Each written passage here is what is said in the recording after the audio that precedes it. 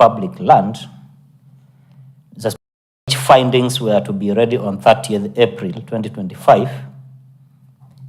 And the Speaker, to date, from 30th April 2025, the Speaker, the committee, all the in the response, we don't know the fate of those findings. Since, Mr. Speaker, today is July 9th. Question F, the department is going to clear and give back all grabbed public land for public use. And the department says that it's going to liaise with the Office of the County Attorney for legal execution of encroachment notices by 30th June 2025. Mr. Speaker, what is the status by now, July 9th? That is hanging. And question G, give timelines for opening of the footpaths and the roads. The Speaker, the committee, or in the response, they have not given commitment or a work plan. The Speaker, considering that the department has a budget of 1.5 million to do opening of those listed roads and the footpaths. So, Speaker, at the end of the statement, they have also said that after 14 days, notice will be given, and that statement, that notice were to be given from 30th April, and today we are on July 9th. So, Mr. Speaker, we don't know what is happening in that response. Thank you. Oh, Chair, is it useful for you to read us a booklet with no answers? According to the requester, no timelines. The 30 days expired. We are in July, 14 days expired in May. Do you think you are taking us down? How much more time do you require to give us a substantive response with the timelines and commitments? The response you have is not admissible. However, some of them have been answered, like D. There's a list showing the public utility parcel and the status. Chair, in the interest of time, for those that have been answered, even if there are 9 and 1 not answered, still the statement will not be conclusive. Because the chairperson the member is requested to do a statement. So, how much time do you require to give us answers that are satisfactory with timelines as the request? 14 days. Honorable Mulemba, I find that suitable. And then clear with the member. You know, there are members, when they request for a statement, you would rather approach them because they already have answers. For the period I've known Mheshimiwa Mulemba, he will do his research and he has his own copies of title deeds. So before you respond to him, just certify him before. Otherwise, he will take you around and he will produce certified copies later. So just square out with the member and the department, give us a satisfactory response within 14 days, presumably after recess. Obliged, Mr. Speaker. Fair enough. Next up.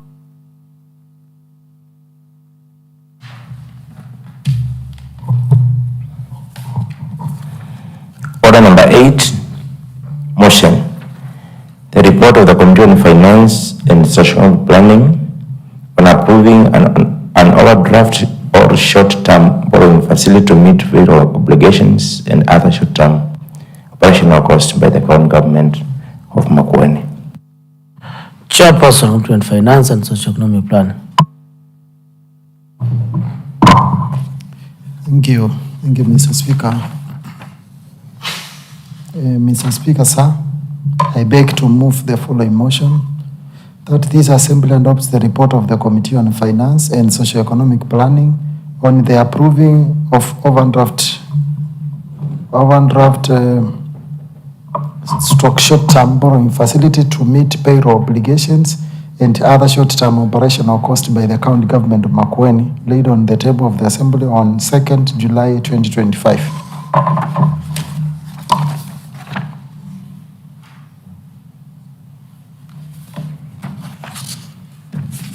Mr. Speaker,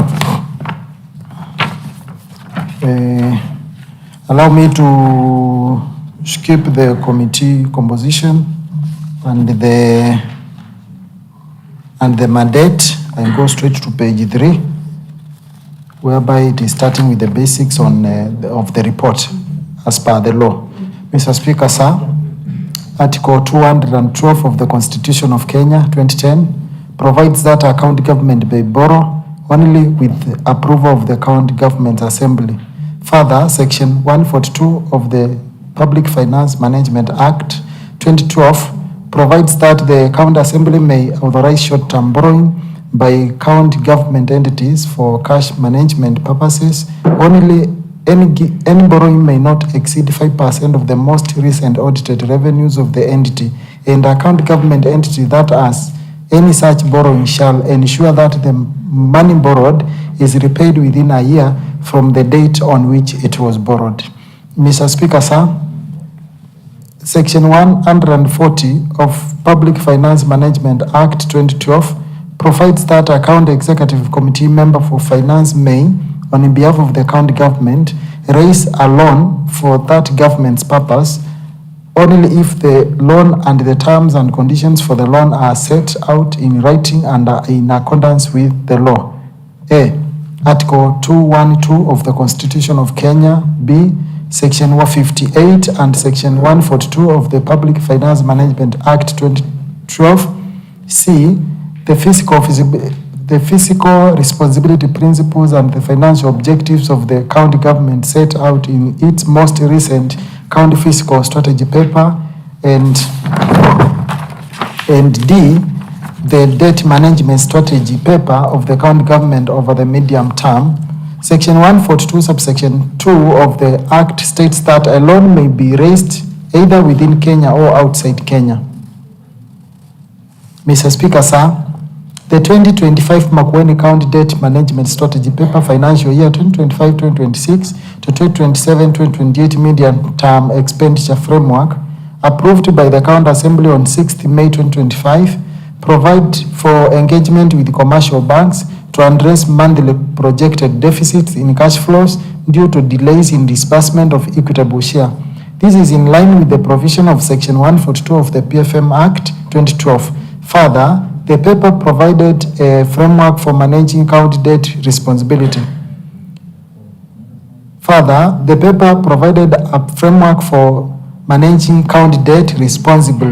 which included the county's existing liabilities, potential liabilities related to borrowing, and strategies for maintaining fiscal sustainability. Similarly, the 2025 Makueni County Fiscal Strategy Paper, approved by the County Assembly on 9th April 2025, provided that the county will ensure that any borrowing is undertaken responsibly, adhering to legal borrowing thresholds and debt sustainability principles. Additionally, a robust debt management strategy will be in place to guarantee timely repayment and optimal utilization of borrowed funds, safeguarding the county's fiscal health while advancing economic growth and service delivery.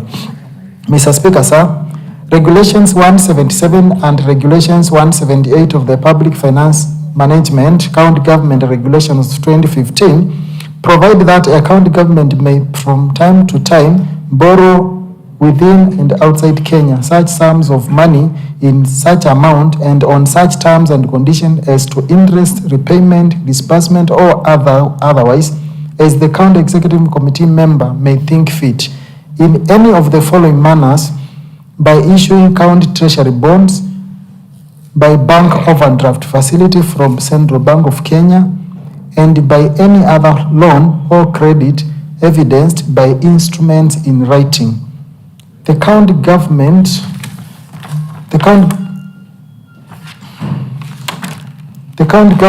may borrow for the purposes of financing county government budget deficits or cash management, or refinancing outstanding debt, or repaying a loan prior to its date of repayment, or mitigation against adverse effects caused by urgent and unforeseen events in cases where the emergency fund has been depleted, or meeting any other development policy objectives that the county executive committee member shall deem necessary, consistent with the law, and and as County Assembly may approve.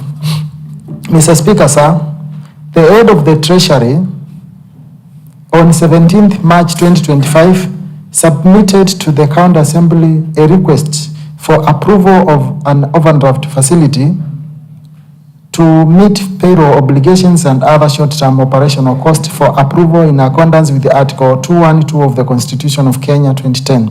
However, the request was tabled in the County Assembly on 18th June 2025 and committed to the Committee on Finance and Socio-Economic Planning on the same day.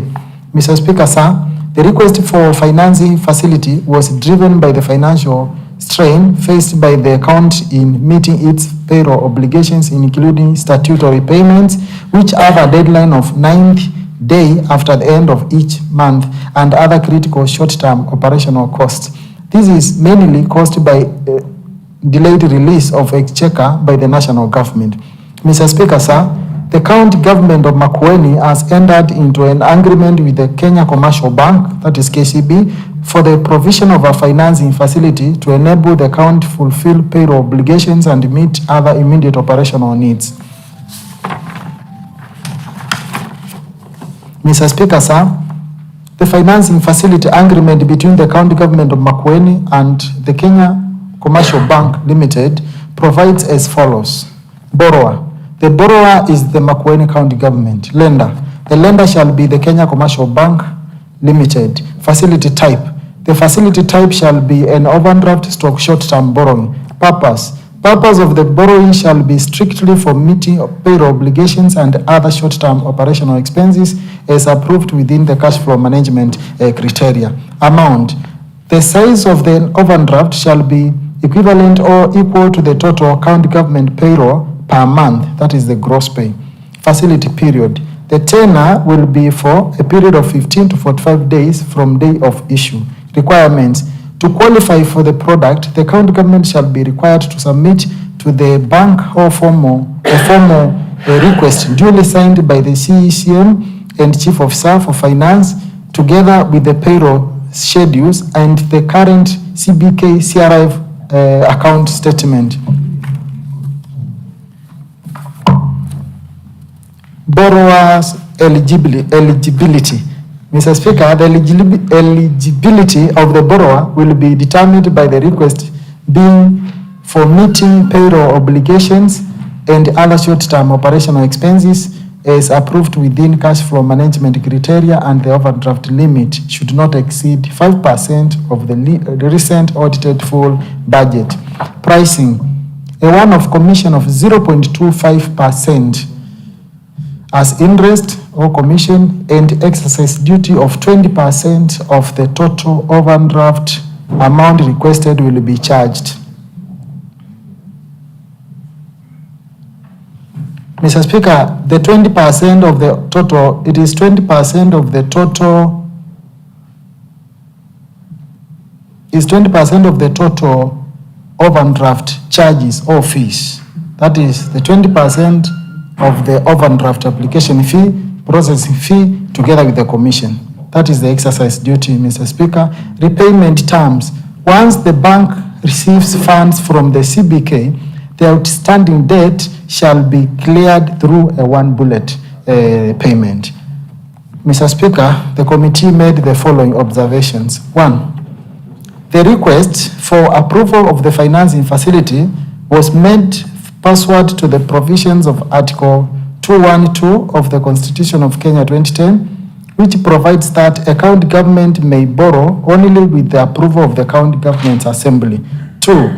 The purpose and type of financing facility is consistent with the provisions of Section 142 of the Public Finance Management Act 2012, Regulations 177 and Regulations 178 of the Public Finance Management County Government Regulations 2015 and the 2025 Makueni County Debt Management Strategy Paper, together with the financial year 2025, 2026, 2027, 2028 Medium Term Expenditure Framework and the 2025 Makueni County Fiscal Strategy Paper, Section 142, Subsection 1 of the PFM 2012. Which provides that the county assembly may authorize short-term borrowing by the county government entities for cash management purposes only, while Regulation 177 While Regulation 177 and 178 of the Public Finance Management, that is County Government Regulations of 2015, state that a county government may from time to time borrow within and outside Kenya such sums of money in such amount and on such terms and conditions as to interest, repayment, disbursement, or otherwise as the county executive committee member may think fit in any of the following manners: by issuing county treasury bonds, by bank overdraft facility from Central Bank of Kenya, and by any other loan or credit evidenced by instruments in writing, which is in the case under our consideration. 3, the amount of financing a facility is in line with the provision of Section 142, Section 2 of the Public Finance Management Act 2012, which requires that any borrowing may not exceed 5% of the most recent audited revenues of the entity. As per the 2025 County Fiscal Strategy Paper, the most recent audited revenues financial year 2023-2024 of the County Government of Makueni amounted to 9.8 billion, whose 5% translates to 493 million. Mr. Speaker, Committee Observation Number 4, the period of the financing facility is compliant with the requirements of Section 142, Subsection 3 of the Public Finance Management Act 2012, which stipulates that a county government entity that has any borrowing shall ensure that the money borrowed is repaid within a year from the date on which it was borrowed. And 5, the repayment obligations are at a reasonable cost and consistent with a prudent degree of risk in tandem with the provisions of Section 141, subsection 1 of the Public Finance Management Act 2012, which provides that in borrowing money, a county government shall ensure that its financing needs and payments obligations are met at the lowest possible cost in the market that is consistent with a prudent degree of risk, while ensuring that the overall level of public debt is sustainable. It is the opinion of the committee that the pricing fee of a one-off commission of 0.25% is a fair cost and is sustainable. Mr. Speaker, 6, there was a long delay in tabling and committing the request in the County Assembly, which caused the delay in its consideration and approval. Committee recommendations. Mr. Speaker, that all documents received by the County Assembly should be tabled in the County Assembly and committed for consideration on a timely basis to ensure such documents are approved timely to serve the intended purposes without delays. 2, that in accordance with the provisions of Article 212 of the Constitution of Kenya 2010, as read together with Section 142 of the Public Finance Management Act 2012, this County Assembly approves the overdraft stock short-term borrowing facility agreement between the Makueni County Government and the Kenya Commercial Bank Limited to meet payroll obligations and other short-term operational costs for the period the agreement will be in place without being amended. 3, that this approval is only applicable to the agreement between Makueni County Government and KCB in its current and any variations and or any other new borrowing plan shall be considered and approved by the County Assembly as required by the Constitution of Kenya 2010 and the Public Finance Management Act 2012. And 4, that moving forward, all quarterly reports and financial statements submitted to the County Assembly pursuant to Section 166 of the Public Finance Management Act 2012 shall be accompanied by all the borrowing requests to the Kenya Commercial Bank Limited during that reporting financial quarter. That borrowings shall be declared in the financial statement and the borrowing request attached as annexes. Mr. Speaker, sir, may I take this opportunity to thank all members of the committee for their valued contributions and input during the committee deliberations on the emergency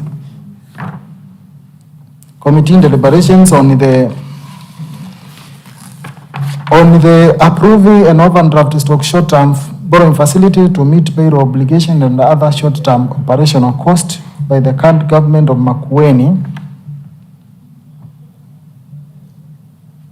and their active participation in the making of this report. On behalf of the committee, I also wish to thank the officers of the Speaker and Clerk of the County Assembly for the technical support to the committee during the during the committee deliberations toward the making of this report. Mr. Speaker, sir, on behalf of the members of the Finance and Socio-Economic Planning Committee, it is my place and duty to present to this County Assembly the committee's report approving an overdraft stock short-term borrowing facility to meet payroll obligations and other short-term operational costs by the county government of Makueni for consideration and adoption.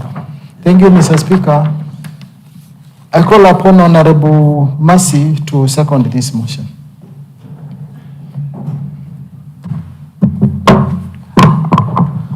Honourable members, I now propose a question of this assembly report. Adopt the report of the Committee on Finance and Socio-Economic Planning on approving of an overdraft short-term borrowing facility to meet the payroll obligations and other short-term operational costs by the county government of Makueni laid on the table of the assembly on 2nd of July 2025.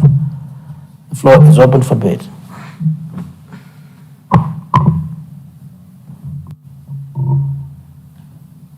Member for Nzawi Klikalamboni. Thank you, Mr. Speaker. Mr. Speaker, I rise to support this motion. Mr. Speaker, I'm interested with the pricing of this loan at one-off commission of 0.25% and excess duty of 20% of the total overdraft. The fees will be charged. Mr. Speaker, I had an opportunity of going through some documents when we were doing the budget, and we were going through some documents for some expenditures within the assembly. And if I was asked, Mr. Speaker, I would say, compared with what we have, because I'm privy to some of the information, I would wish that if it's possible, the county assembly can also be enjoined in this, because there's no need of having a facility which we are budgeting over 4 million every financial year, while actually compared with the county executive, they are being charged very little money.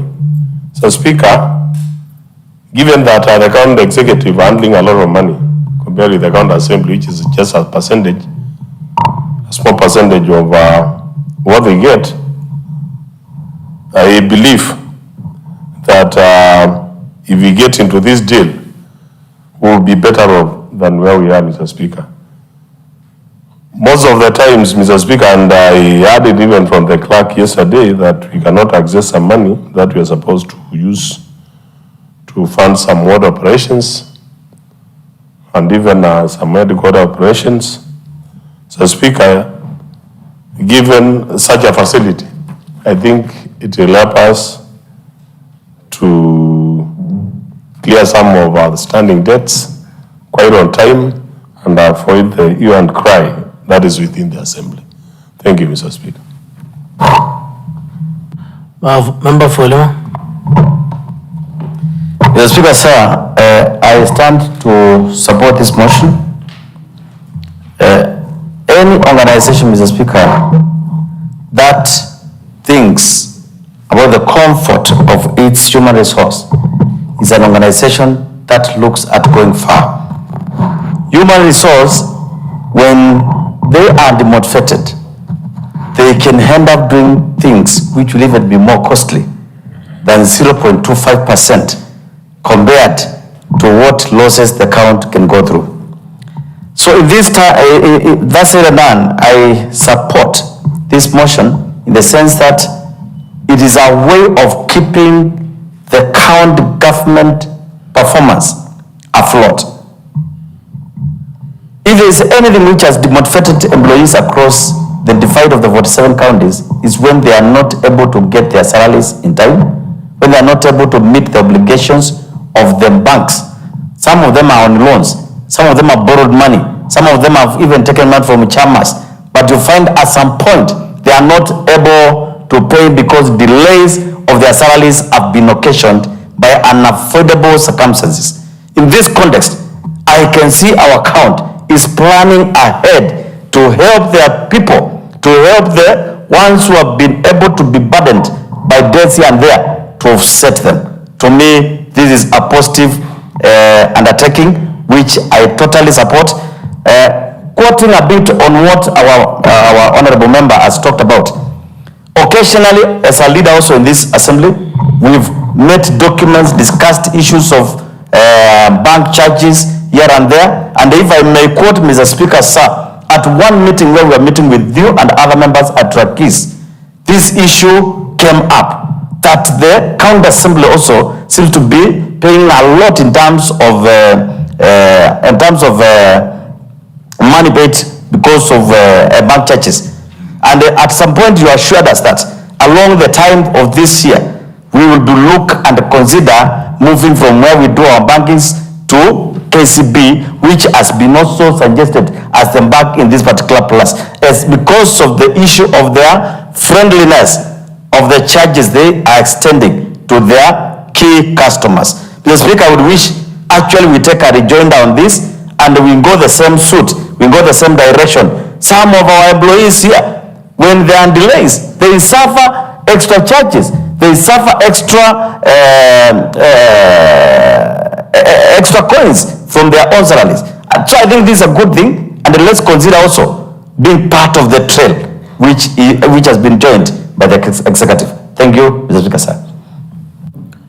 Mover of the motion.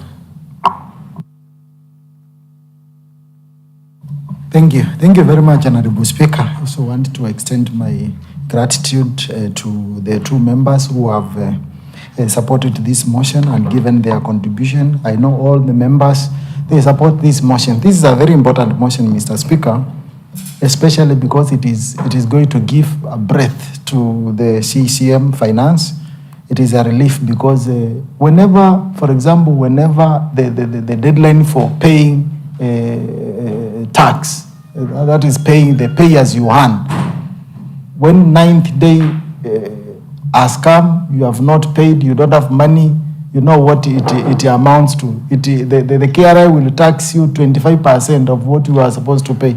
And assuming that the county government of Makueni will pays more than, the pay as you earn is more than 10 million. 25% is a lot of money. It's more than 2 million. With this 0.25 commission, Mr. Speaker, it's very, very, very little, and it is a good deal between the county government and the KCB Bank. And therefore, as the committee recommended, is that we be updated on quarterly basis how this overdraft is performing and how it is being repaid. Thank you, Mr. Speaker. I request all members to give it a big yes.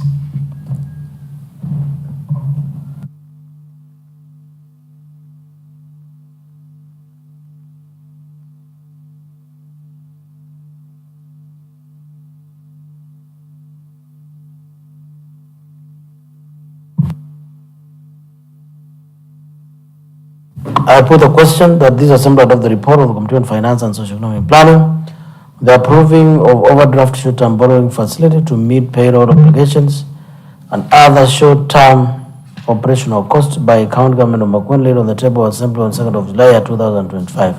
As many as of that opinion say aye. As many as of contrary opinion say nay. The ayes have it. Honorable members, I direct the clerk of the county assembly to communicate this resolution to the county executive committee member for finance and to the governor, the county governor of Makueni. Next order.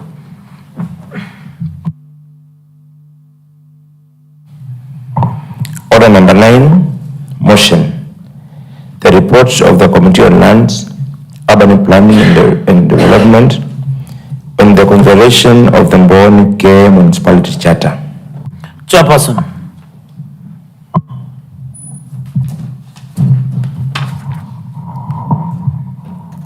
Thank you, Mr. Speaker. Mr. Speaker, I beg to move the following motion that this assembly adopts the report on Committee on Lands and Urban Planning Development and consideration of Bunge Municipality Charter laid on the table of the assembly on 8th July 2025.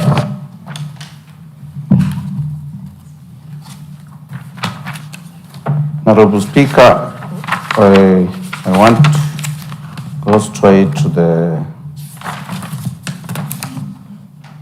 executive summary. Mr. Speaker, the Urban and Area Cities Act 2011 provides for the procedure of establishing various categories of urban areas and cities, their management and functions. Section 9(1) of same act allows the governor to, on resolution of the assembly, to confer the status of a municipality to a town by grant. As we welcome the new Bunge municipality, so Speaker, we know there's the major financial, the Kenyan Urban Support Program, Mr. Speaker, and we know it has some cycle. And Mr. Speaker, this baby is born, maybe while the cycle is not on our side. So, Mr. Speaker, to operationalize this municipality, Mr. Speaker, we'll need some county allocation funding, and also on source revenue and maybe any development partner. So, Mr. Speaker, it's my request to this Honorable House, while we are doing our budget making, before we get the main or primary financial, which is the national government through the Kenya Urban Support Program, Mr. Speaker, we factor in monies for operationalization of this new municipality. And Mr. Speaker, we are going to benefit as the county government of Makueni holistically. Thank you.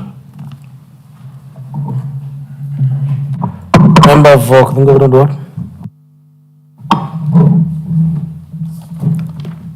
Thank you, Honorable Speaker. Honorable Speaker, I want to thank the committee for working tirelessly to make this dream come true. Honorable Speaker, as my colleagues have put it, it has taken a lot of effort to come up with this report. And Honorable Speaker, it's for the benefit of the people of the new Mboni municipality. Honorable Speaker, the ward I represent, Ketungo Kitundu, is fully covered by this municipality. Honorable Speaker, we expect a lot of changes in the way things are done around that place. And Honorable Speaker, if you look at the functions in the charter, Honorable Speaker, you realize what has been our biggest challenge, which is water, is part of this municipality. Urban roads, I think now we convert most of our roads to be urban roads, street lighting, and environmental protection. Honorable Speaker, when we talk of water and sanitation, and now that the Chair Finance also brought something about borrowing, Honorable Speaker, this municipality will have the powers to borrow, and I can imagine after some discussions, probably with the partners and the stakeholders, we might come up with a plan to have 100% water coverage within this municipality. And I think I'll spearhead those talks, because I believe we are able to borrow and pay back. So with this charter, Honorable Speaker, we expect our people to benefit a lot from the establishment of this municipality. Honorable Speaker, the only disappointment is with the department, Honorable Speaker. And I think the chair is getting this right, that we can't have a department which brings a charter or a document without qualifications of a chairperson. This should not be repeated, Honorable Speaker. We can't have a department with a very qualified technical team that brings a charter without a clause on eligibility for appointment of any of the board members or even the manager, Honorable Speaker. That's a disappointment for a department of this county to be working like that, Honorable Speaker. We can't have a department which probably does not know some of the items which should be contained in the charter. And I think I thank the committee because and the members of that particular municipality, because we came together and pointed out the loopholes which were in this particular charter.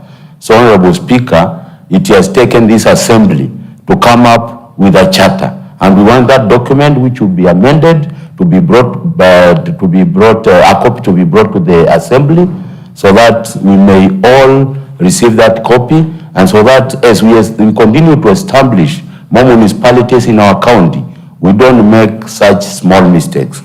Lastly, Honorable Speaker, because I know some of my people and some of the people in Bunge municipality are listening to me. Honorable Speaker, we don't have to fight about this municipality because everybody will benefit. Whichever the seat of that municipality will be, everybody will benefit. Honorable Speaker, what we need to do is just to be magnanimous enough, move with speed, establish the municipality, and get the many benefits from that municipality. Thank you, Honorable Speaker, for that opportunity. Thank you. Mover of the motion.